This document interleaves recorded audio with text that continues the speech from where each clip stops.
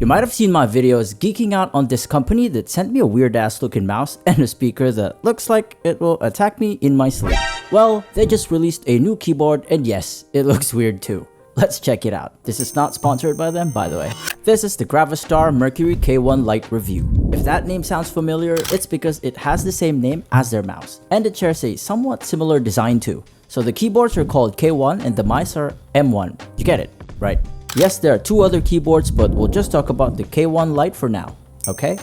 Before anything else, let's check out what's inside the box. I complained about the box of the M1 that looks straight from 2008, which I assumed they heard, and got this awesome looking box. Oh! The unboxing experience is as cool as the design of the box itself. Oh, look at the back, dude. Whoa! The keyboard comes with a plastic cover, an okay looking cable, 4 different switches, which I don't know what for, this weird looking brush with a hand, a cloth, and a keycap puller. Now that that's out of the way, let's check out the awesome design. Oh man, the first thing I noticed is how light it is, hence the name, duh. And the materials used are mostly plastic, but it doesn't feel cheap.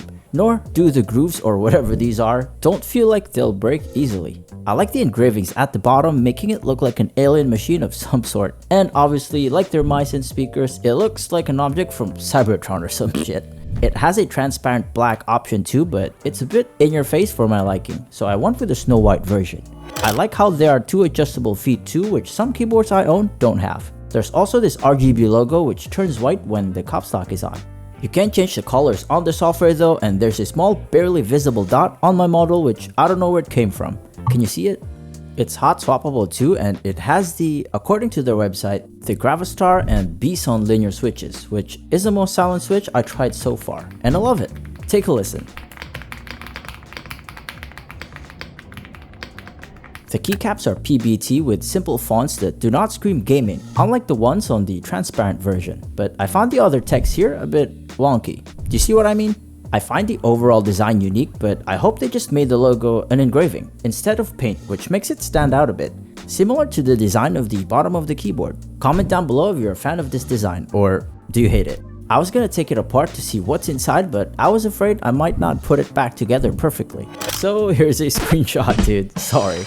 I'm not lazy, I swear, I just have a lot of deadlines and I got shit to do. Hashtag excuses. If they send their flagship keyboard, I'll open that one up, I swear. Before we check out performance, let's see some of the features of this alien keyboard. Firstly, it has 3 connectivity modes, and the 2.4 GHz dongle can be stored magnetically underneath the frame too. But I prefer using this wired to avoid disconnection issues, which I haven't experienced yet so far. I find the function key very useful too, from checking out the battery life, switching from the cool color effects, and even changing the speed and brightness without the need for software. Speaking of the software, you know what, let's just keep talking about the good parts first. We'll talk about the software later. Another thing I find super cool here is the different rhythmic lighting effects that react to the sound on your PC.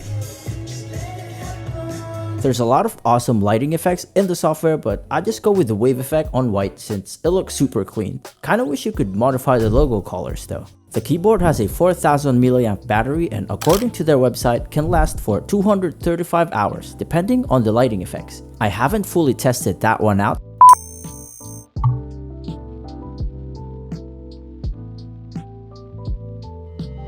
It has cool lighting effects, it looks cool itself, to me at least, but can it game properly? First of all, the keys are super nice to tap. I did not experience any delays with the inputs when playing Rainbow Six Siege. Although, I still find the 75% layout a bit too long for gaming. Either way, my mouse barely hits the keyboard when using it at an angle. Gaming on this thing is absolutely amazing. I still use a cable for this though when playing ranked to avoid latency issues, even though I did not experience any. Does that make sense? Boom! So far, the entire experience of using this keyboard has been amazing. Boom! Debug. But like most products, it's not always perfect. Honestly, most of my complaints are just software related. It's not even that bad, honestly. In my previous video, I mentioned that the GravaStar mouse has a software that looks kinda outdated. Well, the software here is worse than that. And yeah, the mouse and keyboard have 2 different softwares. Yikes. This means that you'd have to use 2 different softwares if you want to match the RGB effects of their products, which is kinda crazy, dude.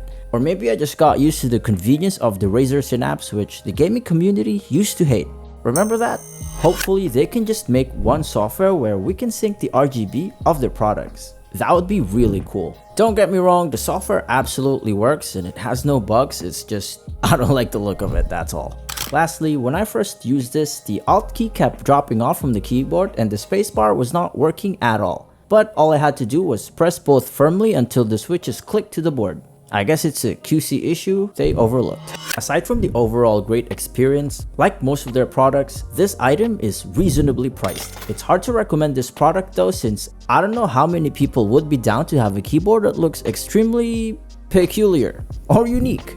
I'm a huge fan of it though. I like the way it looks and feels, although yeah, there are other keyboards in the same price range that has better build features. For $10 more, you can get the EpoMaker P75, which has an all aluminum build and a metal knob, but it doesn't look alien though, obviously.